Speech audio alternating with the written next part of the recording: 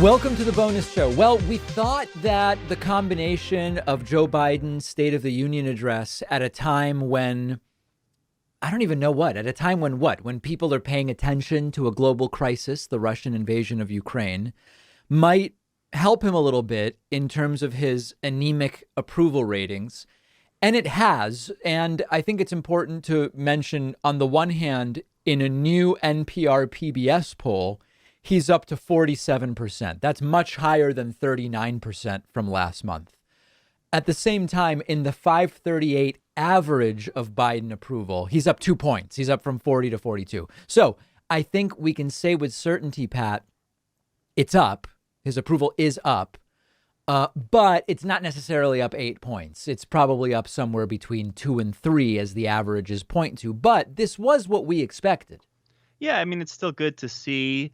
It's predictable in a way because whenever there's war or conflict, there's a sort of rally around the flag effect. And in this case, it's really not the American flag that people are rallying around. It's the Ukrainian flag. But, you know, by extension, I could imagine that Biden would get a bump in approval. And also sometimes we'll see a bump after State of the Union addresses. So we had both of those factors at play here. It's not surprising at all that we see a little bump for Biden. And his approval rating was already relatively low. So it gets to a point where there's really nowhere to go but up. Yeah. But anything reasonable will bump it up.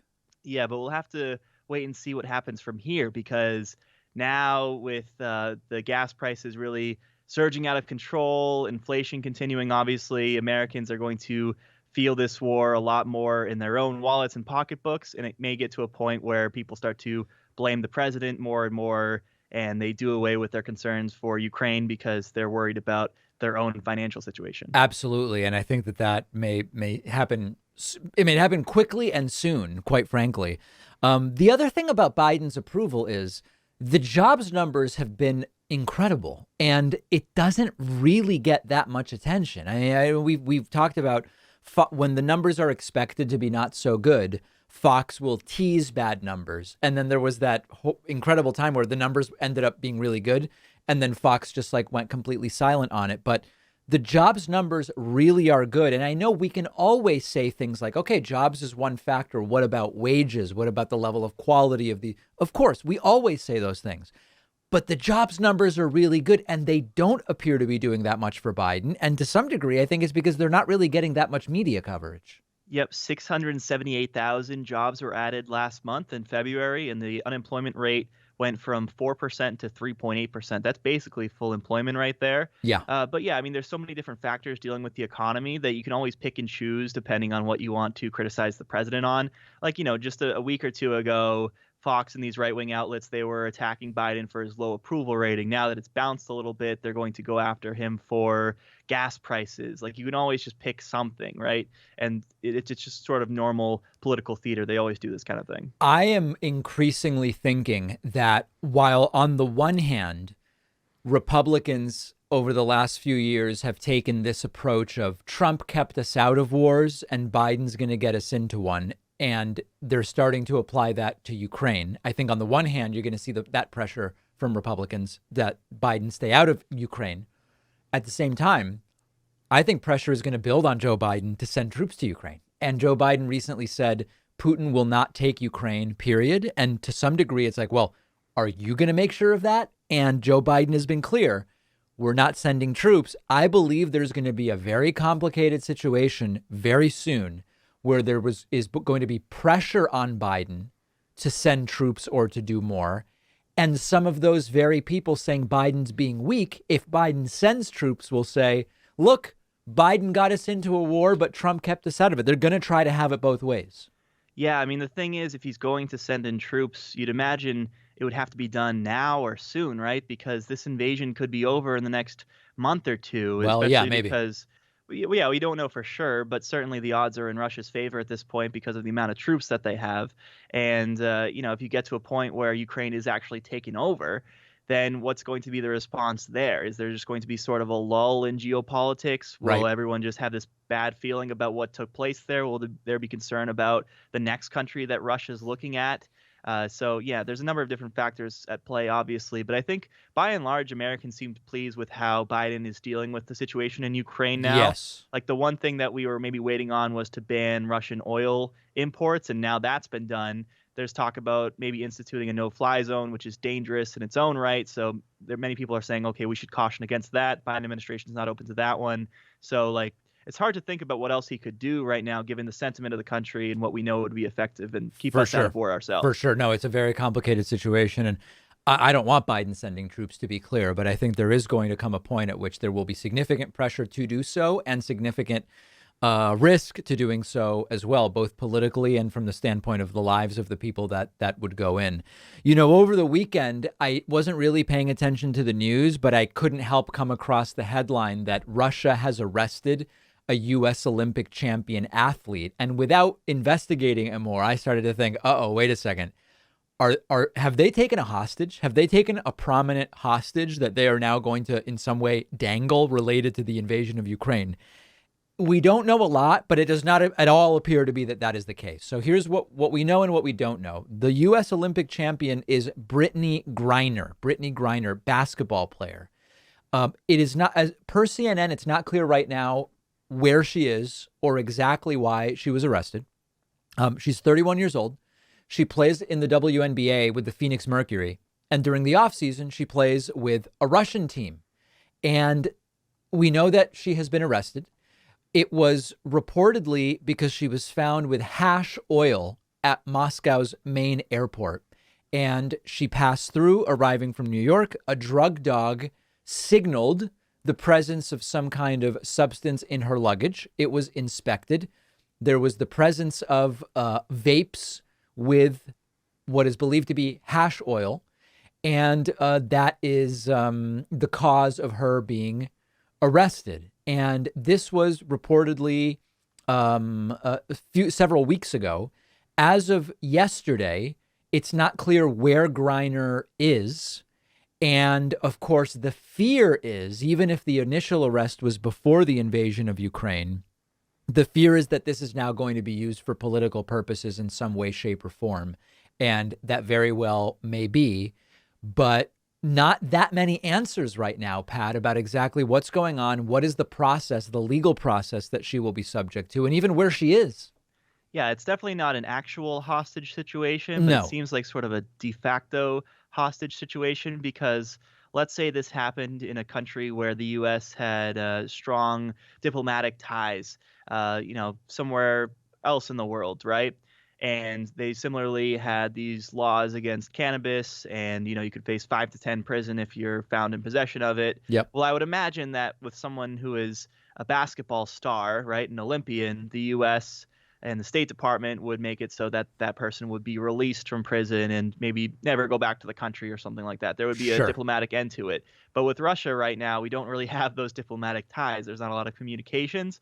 So you're not going to be able to make that sort of deal. And it could mean that Griner has to actually serve out a sentence here potentially. And given everything that's going on right now, obviously there's not going to be any sort of urgency to send her back to the U.S., right? No. This is one way that they can sort of have some leverage over us, even if it is a very small thing. So, yeah, it's a very unfortunate situation, obviously, but I think that's where it stands right now. The other aspect of this that's concerning to many people is Griner is a lesbian woman who has a wife in the United States. Russia is very unfriendly to LGBT people with extremely strict laws. There is no reason right now to think that that is a factor in what's going on with Brittney Griner. But given the totality of the situation, I don't think that that's a mitigating factor in what Russia's going to do with her, unfortunately. Yeah, hopefully it's a non-factor, but you just never know because you don't really know how people in Russian prisons are treated. Obviously, people get disappeared sometimes. I'm not suggesting that's going to happen in this case, but you never know. You can't really trust what they're saying. Maybe there's a possibility that this hash oil wasn't actually found on her or was planted or something like that, too. You have to take that into consideration as well. Yeah, I mean, because of the timing, listen, Russia could have been thinking pretty far ahead. It's true. But because of the timing, it doesn't seem like that would be something. But listen, anything is possible. If you read Bill Browder's book, to the extent that you believe what Bill Browder writes about Russian prisons and how people are treated, just about anything is possible. and courts are completely corrupt in much of the country, particularly outside of the big cities. There's no transparency, and we just don't know the full scope of what could happen here. But obviously, we are going to be following it closely. And like Pat said, because diplomatic relations with Russia have completely broken down, I don't even know that a diplomatic solution is probable. I mean, I don't want to say no one's talking about it. I'm sure there are people talking about it, but it's just not the most likely scenario. So we will follow it. I've talked before about fraud related to PPP loans around COVID and the economic impact monies and payment. And I've mentioned I've had conversations with my accountant who said, we believe that the IRS is really over the next year going to go very, very hard on fraud related to COVID money. We have a story of a man from Georgia who was sentenced to 36 months in prison because he used COVID relief money to buy I hope I pronounced this correctly. Is it Charizard or is it Charizard? It's Charizard. Charizard. It's a Pokemon card. I know nothing about Pokemon. Charizard, is that what you said? I think the I is silent. I just say Charizard. Charizard. Bought a Charizard Pokemon card with COVID stimulus money. It's a 31-year-old. He got one of those EIDL loans for $85K. He said he owned a small business with 10 employees. The loans were part of the COVID stimulus package available to small business owners. And of the $85K, he used almost $58,000 to buy a Charizard card. And this card was then sold. The card was tracked down to a particular auction, and the individual is now going to have to do 36 years in prison plus pay 10 months. I'm sorry, 36 months. What did I say? 36 years. No, he's not gonna spend 36 years in prison. He's gonna spend 36 months in prison and pay $10,000 as a fine on top of $85,000 in restitution, and then have 3 years of probation. This stuff has to be taken seriously. I mean, this was money. It's all of our money, right? This is taxpayer money, which I'm fine helping people who need it. I'm not okay with people lying about having businesses and taking the money. Yeah, I mean, I would understand if this was a Blastoise card for $58,000 or a Mewtwo card. Sure. But a Charizard, I mean, that's just pretty outrageous. It's just such a weak card to spend that much on, Yeah, and maybe this guy was a big Pokemon collector. Maybe the idea was he could flip it because Pokemon cards are now considered assets. For whatever reason, we're just seeing this bubble in the appreciation of Pokemon cards, and the people who played Pokemon when they were now. Hold on little a second. kids. Can we just? How are you pronouncing the word Pokemon? Like as if it were UH? I've never heard that before. I say Pokemon. Honestly, because of the little accent over the E, I assume it's Pokemon, and I'm even saying it incorrectly. But I've never heard Pokemon. I've also heard Pokemon. Yeah, no, that can't be right.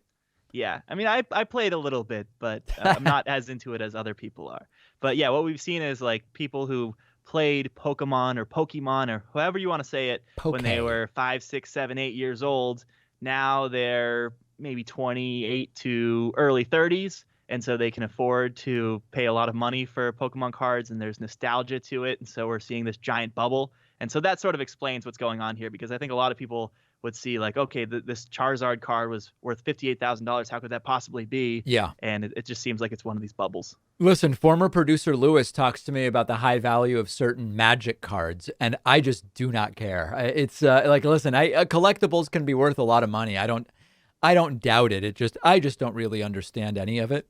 There's a bunch of other big sentences that have been handed down. 3 weeks ago, 3 men were sentenced for a $2.7 million COVID relief fraud scheme. 2 weeks ago, an Oakland woman was sentenced to 3 years in prison in $1 million pandemic relief fraud, using a shell company to get money and then spending it on private jet travel and luxuries and vehicles and all sorts of different things. 5 days ago, a man pled guilty to schemes to defraud the programs as well as the Archdiocese of Washington. It involved taking $2 million from PPP for a spending spree, bought a house, yacht, and a car. And it also involved the Catholic Church in some way. I mean, these are endless stories, and the IRS is going to have its hands full for years on this stuff. Yeah, when these loans were given out, a lot of people thought, like, okay, this is just free money and there's never going to be any follow-up to this. I mean, Right. everyone's just getting stimulus. You don't have to worry about it. Now that everything's kind of coming to an end, people are taking a look at what kind of purchases were made and looking into the fraud itself. So, yeah, it wasn't predicted by everyone, but good thing that we at the show, all we spent the loan money on was the panels and the globe behind me. Exactly. And that cost about $50,000. But aside from that, we didn't take any PPP money. I am tangentially aware of people with shows like ours who did take money. And I don't know if they did it under the we're going to pay it back premise or not. I don't really know. I'm not getting involved. I don't know the full scope of it. But a lot of money was floating around for a while. Yes, and of course we're just kidding. We didn't take any money. No. It's probably good at this point because now you can sleep well at night and we don't have to worry about it. No doubt about it. Yeah. Okay, that is going to do it for today. We will be back tomorrow with a new show and a new bonus show.